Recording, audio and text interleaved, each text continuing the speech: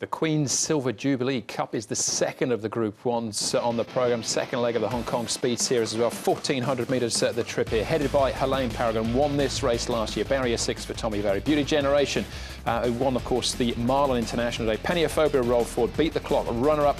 Group 1 over the 1,200 metres last time out, 50-50 runner-up in the Stewards Cup. He drops back in trip. Southern Legend also behind Seasons Bloom last time out, finishing 4th. Giant Treasure comes out of that race, as does Joyful Trinity and Pingu Spark, a Group 1 for the first time.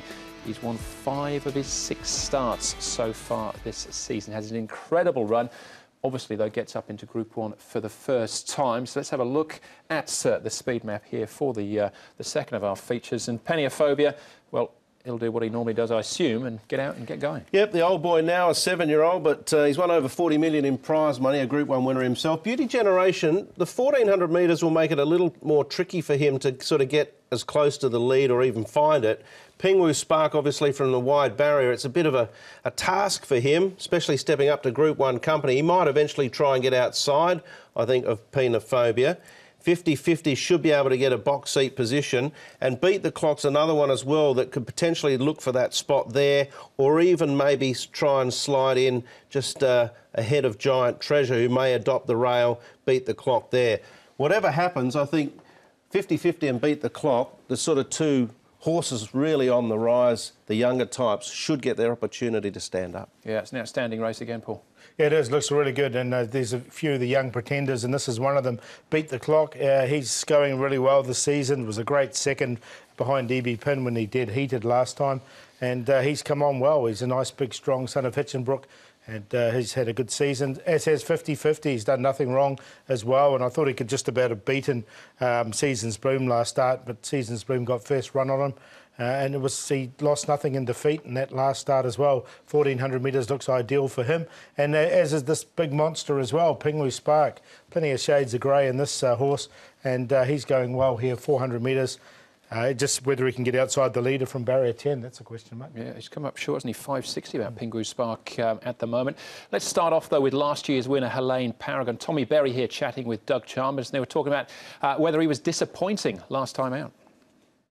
Oh yeah, very. You know, I thought that was the best we had in more preparation, and I think you know, going off his international run, I thought he could win. So it was disappointed for him to run as poorly as he did. It wasn't really any excuses going into the race. As I said, I was probably the most confident I've been with in more preparation. But you know, after the run, John said his bloods weren't 100%, so that sort of explains a little bit there.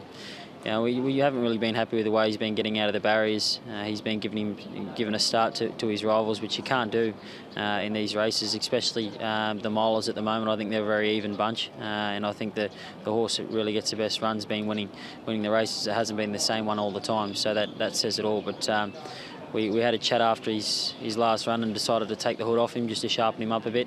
We jumped him out down the back straight of the course proper on Thursday morning, and was very pleased with the way he went there. He pinged out of the barriers, which he hasn't done for quite a while. So look, I couldn't be any happier with the way he's going. You just got to take him on face value and put that disappointing run behind us, because he's usually a very consistent horse, and he's one of the best milers here in Hong Kong when he's on his day.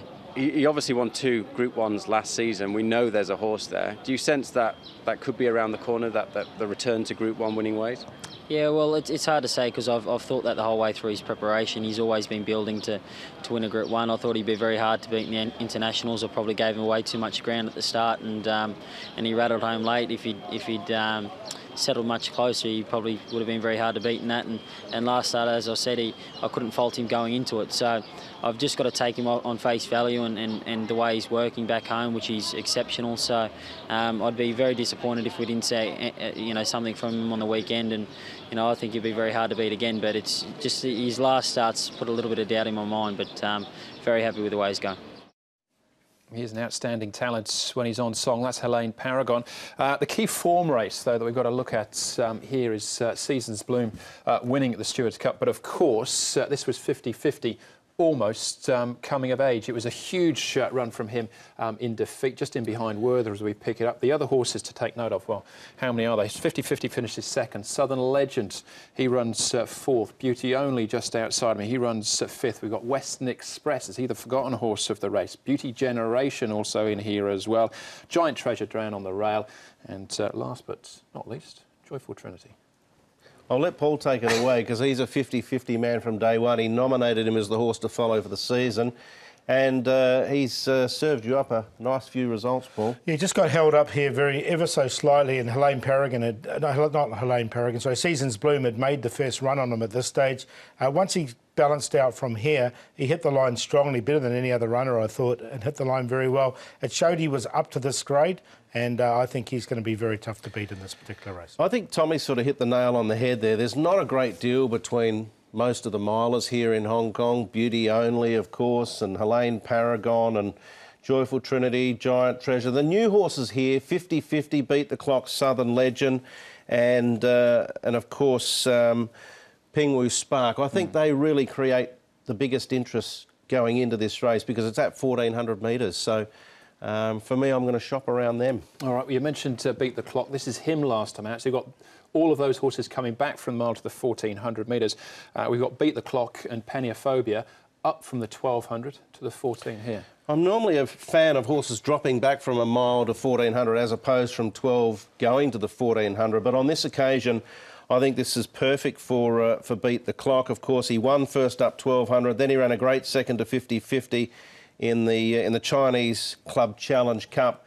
He was a serious 3-year-old Beat the Clock. I think he's a very, very serious 4-year-old. I'm touting him as eventually to be one of our best here. Look, he's laying up alongside Mr Stunning and DB Pin. Now, Mr Stunning's the highest rated horse we've got here in Hong Kong. DB Pin, it's a pity that he's not here, but we know potentially he'll be running in Dubai. So Beat the Clock, he's capable of reeling off these 21.5 final 400s. Only the top echelon can do that. Yeah, it was a good run, but 50-50 ran him down fair and square last time they met. That he did, yeah. All right. Beat the Clock was favourite for that as well. This is the Beat the Clock in a recent trial. The other horses to take note of. Giant Treasure once more. Southern Legend, who's here out the back. The Mighty Grey Pingwu Spark, and the other horse, of course, being Beauty Only, who famously doesn't always go all that well on the all-weather. Yeah, good trial here with all these horses. I mean, we know that Giant Treasure in days gone past has been a very good 1,400 metre race.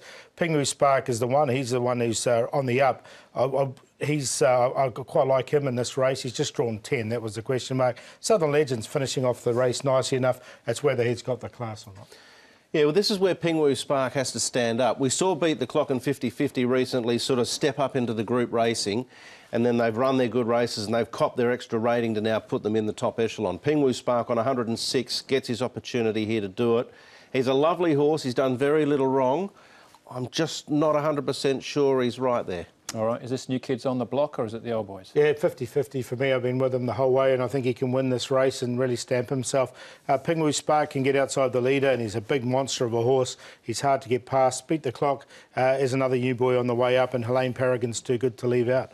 6, 11, 4 and 1, but I like the 6. Fair enough. I think he's the hardest to beat, Paul. 50-50 is a super horse. I think Beat the Clock's a super horse as well. And for Hong Kong racing heading forward, these are the stars of the future. Southern Legend's not far behind them, and neither's Pingwu Spark. So 4, 6, 8, 11. I've dropped off the olds and gone into the news. There you go. Yeah, 4 and 6 the queue for me as well. Beat the Clock and 50-50 hardest to beat in the Queen's Silver Jubilee Cup. 2 more races still to come. They come up right after this.